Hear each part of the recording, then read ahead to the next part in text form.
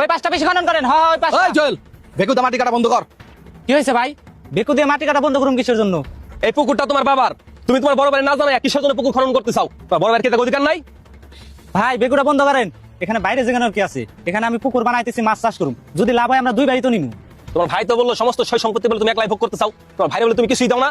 Member সাহেব, আমাদের ওই পাশে আরেকটা পুকুর আছে, ও গত বছর ওই পুকুরে মাছ চাষ করে একলা একলা খাইছে।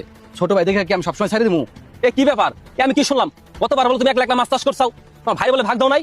হ্যাঁ গত বছর ওই পুকুরে আমি মাছ চাষছি ঠিক আছে, কিন্তু আমার প্রায় অর্ধেক মাছই গেছে মইরে। আমার প্রায় 15 লক্ষ টাকা লস হয়ে গেছে। এখন আপনি বলেন আমি কিভাবে ভাগ দিব? এই শুনো, তোমাদের দুই ভাইয়ের ঝামেলা আমার পক্ষে মেটানো সম্ভব না। আপনারা দুই ভাই আজ বিকালে চেয়ারম্যান বাড়ি আসবেন, ওইখানে বসে ঝামেলা সমাধানের চেষ্টা করুন। এখানে চেয়ারম্যানের কাছে যাওয়ার কি আছে? ওই পুকুরে মাছ ছাড়ছি, এখানে নতুন পুকুর বানাইতেছি, এখানেও মাছ ছাড়ুম। যদি আমার লাভ হয় তাহলে আমার ভাইয়ের ব্যাগটা বাইরে দিয়ে দিমু। তোরা তো চিন্তা করতে হবে না, মেম্বার সাহেব কইছে চেয়ারম্যান বাড়ি যাইতে, তুই সময় মতন বিকালে চেয়ারম্যান বাড়ি চলে আসবি, চেয়ারম্যানের সমাধান করবো। মেম্বার সাহেব চলেন, বিকালে সমাধান করা হবে। আর চলেন। মেম্বার সাহেব, এই যে সেই পুকুর যেটা গত বছর জুয়েল একলা একলা চাষ করে খাইছে, আবার আপনি দিয়ে খাইলেন, ওই পাশে নতুন একটা পুকুর করতেছে। মেম্বার সাহেব আপনি কোন, ও কি সব একলা একলাই খাইবো? ভাই আপনার কোনো চিন্তা করতে হবে না, ব্যাপারটা আমি দেখতেছি, আপনি শুধু আমার দিকটা একটু দেখেন। মেম্বার সাহেব আমার কি করতে হইব আপনি শুধু আমার একটু বলেন। ভাই আপনি ভাগে যে সম্পত্তি পাবেন তার চেয়ে বেশি নিয়ে দেবানি, আপনি শুধু আমার 2 লক্ষ টাকা দিয়ে। কি বলেন মেম্বার সাহেব? এটা তোমার বাপদাদা সম্পত্তি, আমি তো এমনিতে বাক পামু, এর জন্য আপনার আবার 2 লাখ টাকা দিতে হইব কেন? আপনি জায়গা নিতে চান আবার টাকা খরচ করবেন না, চেয়ারম্যান আপনি মাগনা বিচার করে দিব নাকি? ঠিক আছে আপনি যান, আমি বিকালের সময় মতন চেয়ারম্যান বাড়ি চলে যাবানি।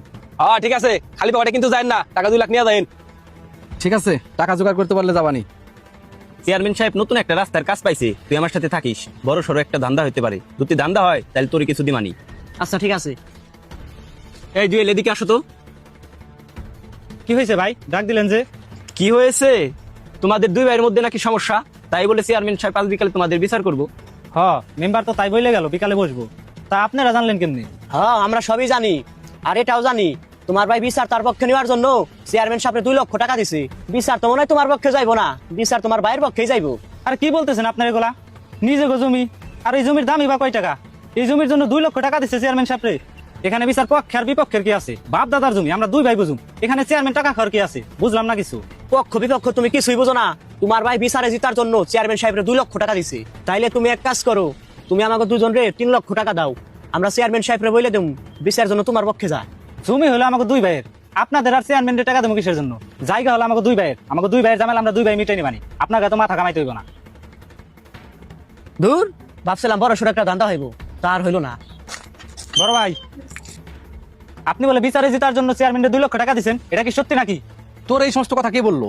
আমি তো তাই শুনলাম, আপনি বলে চেয়ারম্যানের দেওয়ার জন্য মেম্বারের কাছে 2 লক্ষ টাকা দিচ্ছেন। আরে না,